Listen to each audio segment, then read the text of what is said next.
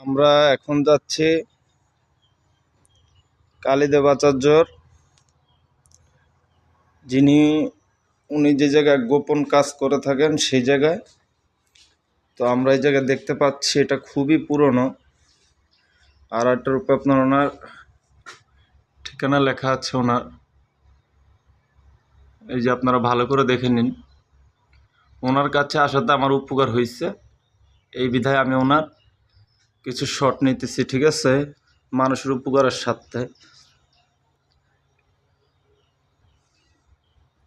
কেউ 2 নম্বর ভাববেন না, ঠিক আছে। ওনাকে অন্তপক্ষে সবার কাছে ওনাকে আমি বলি,